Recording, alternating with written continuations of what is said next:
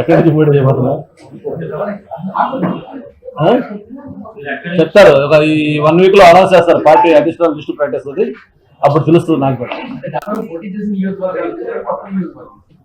నేను మళ్ళీ అసలు చెప్పా కదా మీకు, మీరు ప్రతిసారి మీరు కాన్స్టిట్యూన్సీ మారుతున్నారంటే లేదు ఈసారి బ్రేక్ చేస్తాను, చేసిన చోట చేయాలనుకుంటున్నా అని చెప్పాను. నేనైతే అదే అనుకుంటాను, గతంలో పోటీ చేసిన చోట మీరు చేద్దామని చెప్పి. ఏదేది యా వచ్చింది.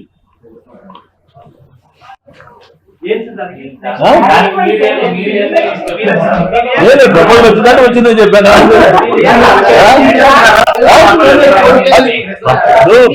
పార్టీ ప్రపోజల్ వచ్చింది చెప్పారు, ఆలోచిస్తున్నాను. ఏం చేయాలో ఆలోచిస్తున్నాను. ఇదేమి చిన్న విషయం కాదు కదా. ఇప్పుడు దాకా నేను వేరే ప్లేస్ లో పోటీ చేయడం వాస్తవమే. ఈసారి ఇట్లా చిపురుపల్లిలో అక్కడ సీనియర్ లీడర్ ఉన్నాడు కాబట్టి అక్కడ నేను చేస్తే బాగుంటుందని ఆలోచించి వాళ్ళు పార్టీ ఒక ప్రపోజల్ పెట్టింది, దాన్ని నేను ఆలోచిస్తున్నాను.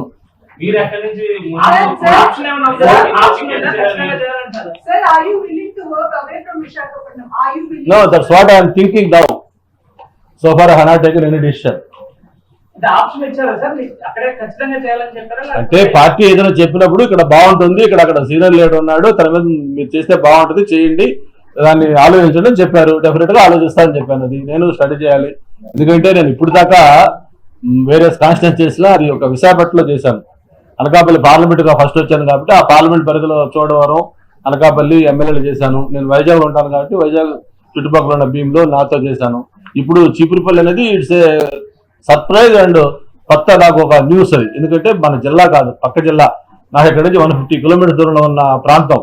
అందుకని దీన్ని కూడా ఆలోచించుకొని ఇది ఎంతవరకు నాకు సూటబుల్ అవుతుంది, నేను ఎంత కరెక్ట్ కొట్టదా లేదా, ఇవన్నీ దానికి వేరే పారామీటర్స్ ఉన్నాయి. అన్ని కూడా నేను మా వెల్విషర్స్తో మాట్లాడుకోవాలి, పార్టీ వర్కర్స్తో మాట్లాడుకోవాలి, మా టీం మెంబర్స్తో మాట్లాడుకోవాలి.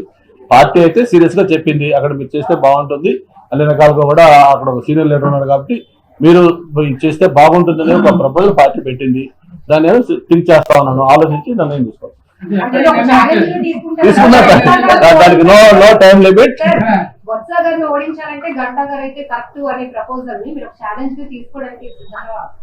అంటే ఇవన్నీ కాదమ్మా, ఇప్పుడు పార్టీ అన్ని ఆలోచిస్తుంది. ఫస్ట్ పార్టీ ఎవరు ఎక్కడ దేనికి సూట్ అనేది పార్టీకి ఒక ఆలోచన అభిప్రాయం ఉంటుంది.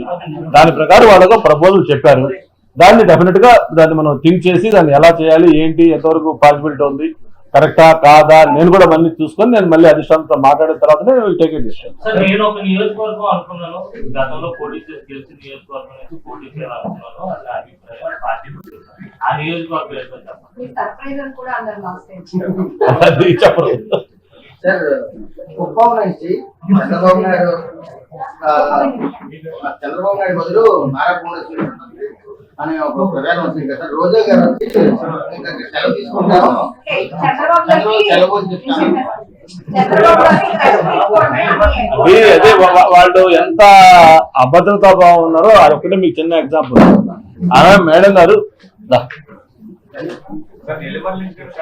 నారా భువనేశ్వరి గారు అక్కడికి వెళ్ళినప్పుడు చాలా క్యాజువల్ గా ఏదో సరదాగా ఉండాలి కాసేపు అని చెప్పి ఒక మాట అంటే దాన్ని కూడా ఏం చెప్పారు, 35 ఏళ్ళుగా మీరు చంద్రబాబు గారిని ఆదరిస్తా ఉన్నారు, ఆయన్ని ఇప్పుడు దాకా ఆదరించారు, ఆయనకి రెస్ట్ ఇచ్చి ఈసారి నేను పోటీ చేద్దాం అనుకుంటాను సరదాగా చెప్పానని చెప్పి ఆమె చెప్పారు. మళ్ళీ నేను ఆ తర్వాత అందరూ ఆమె కూడా అలాగే మీరు రెండంటే కూడా లేదు నేను ఎందుకు హ్యాపీగా బిజినెస్ చేసుకుంటున్నాను, నాకేమి అటువంటి లేదు సరదాగా అని చెప్పారు. దాన్ని కూడా కొంతమంది మంత్రులు వకీకరించి ఆమె చెప్పారు కదా చంద్రబాబు గారు రెస్ట్ ఇవ్వాలని చెప్పి మాట్లాడుతున్నారంటే వాళ్ళ యొక్క ఇన్సెక్యూరిటీ ఏంటో వాళ్ళ యొక్క మానసిక స్థితి అర్థం చేసుకోవచ్చు.